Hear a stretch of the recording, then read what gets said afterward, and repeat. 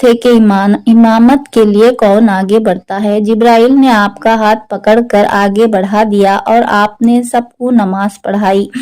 پھر آپ کے سامنے 3 پیالے پیش کیے گئے، ایک میں پانی، دوسرے میں دودھ، تیسرے میں شراب۔ آپ نے دودھ کا پیالہ اٹھا لیا۔ حضرت جبرائیل نے مبارکباد دی کہ آپ فطرت کے راہ پا گئے۔ اس کے بعد ایک سیڑھی آپ کے سامنے پیش کی گئی اور جبرائیل اس کے ذریعے سے آپ کو آسمان کی طرف لے چلے۔ عربی زبان میں سیڑھی کو معراج کہتے ہیں اور اسی مناسب سے یہ سارا واقعہ معراج کے نام سے مشہور ہے۔ پہلے آسمان پر پہنچے تو دروازہ بند تھا۔ محافظ فرشتوں نے پوچھا کون آتا ہے؟ جبرائیل نے اپنا نام بتایا۔ پوچھا تمہارے ساتھ کون ہے؟ جبرائیل نے کہا محمد۔ پوچھا کیا انہیں بلایا گیا ہے؟ کہا ہاں۔ تب دروازہ کھلا اور آپ کا پرپاک خیر مقدم کیا گیا۔ یہاں آپ کا تعارف فرشتوں اور انسانی ارواح کی ایک بڑی شخصیتوں سے ہوا۔ ان بڑی شخصیتوں سے ہوا جو اس مرحلے پر مقیم تھے۔ ان میں نمایاں شخصیت ایک ایسے بزرگ کی تھی جو انسانی بناوٹ کا مکمل نمونہ تھے۔ چہرے مہرے اور جسم کی ساخت میں کسی پہلو سے کوئی نقص نہ تھا۔ جبرائیل نے بتایا آپ کے موارث اعلیٰ ان بزرگ کے دائیں بائیں بہت لوگ تھے۔ وہ دائیں جانب دیکھتے تو بہت خوش ہوتے اور بائیں جانب دیکھتے تو روتے۔ پوچھا یہ کیا ماجرا ہے؟ بتایا کہ یہ نسل آدم ہے۔ آدم اپنی اولاد کے نیک لوگوں کو دیکھ کر خوش ہوتے ہیں اور برے لوگوں کو دیکھ کر روتے ہیں۔ پھر آپ کو تفصیلی مشاہدے کا موقع دیا گیا۔ ایک جگہ آپ نے دیکھا کچھ لوگ کھیتی کاٹ رہے ہیں اور جتنی کاٹتے ہیں اتنی ہی زیادہ بڑھتی چلی جاتی ہے۔ پوچھا یہ کون ہیں؟ کہا گیا یہ خدا کی راہ میں جہاد کرنے والے ہیں۔ پھر دیکھا کچھ لوگ جن کے سر پتھروں سے کچلے جا رہے ہیں۔ پوچھا یہ کون ہیں؟ کہا گیا یہ وہ لوگ ہیں جن کی سرگردانی ان کو نماز کے لیے اٹھنے نہ دیتی تھی۔ کچھ اور لوگ دکھے جن کے کپڑوں میں آگے اور پیچھے پیوند لگے ہوئے تھے اور وہ جانوروں کی طرح گھاس چر رہے تھے۔ پوچھا یہ کون ہیں؟ کہا گیا یہ وہ ہیں جو اپنے مال میں سے زکوٰۃ کچھ نہ دیتے تھے۔ پھر ایک شخص کو دیکھا کہ لکڑیوں کا گٹھا جمع کر کے اٹھانے کی کوشش کرتا ہے اور جب وہ نہیں اٹھتا تو اس میں کچھ اور لکڑیاں بڑھا لیتا ہے۔ پوچھا یہ کون احمق ہے؟ کہا گیا یہ وہ شخص ہے جس پر امانتوں اور ذمہ داریوں کا اتنا بوجھ تھا کہ اٹھا نہ سکتا تھا، مگر یہ ان کو کم کرنے کے بجائے اور زیادہ ذمہ داریوں کا بار اپنے اوپر لادے چلے جاتا تھا۔ پھر دیکھا کہ کچھ لوگوں کی زبانیں اور ہونٹ خینچیوں سے قطرے جا رہے ہیں۔ پوچھا یہ کون ہیں؟ کہا گیا یہ غیر ذمہ دار مقرر ہیں جو بلا تکلیف زبان چلاتے اور فتنہ برپا کرتے تھے۔ ایک اور جگہ دیکھا کہ ایک پتھر میں ذرا سا شگاف ہو اور اس سے ایک بڑا موٹا سا بیل نکل آیا۔ پھر وہ بیل اسی شگاف میں جانے کی کوشش کرنے لگا مگر نہ جا سکا۔ پوچھا یہ کیسا معاملہ ہے؟ کہا گیا یہ اس شخص کی مثال ہے جو غیر ذمہ داری کے ساتھ ایک فتنہ انگیز بات کر جاتا ہے، پھر نادم ہو کر اس کی تلافی کرنا چاہتا ہے مگر نہیں کر سکتا۔ ایک اور مقام پر کچھ لوگ تھے جو اپنا گوشت کاٹ کر کھا رہے تھے۔ پوچھا یہ کون ہیں؟ کہا گیا یہ دوسروں پر زبان تان دراز کرتے تھے۔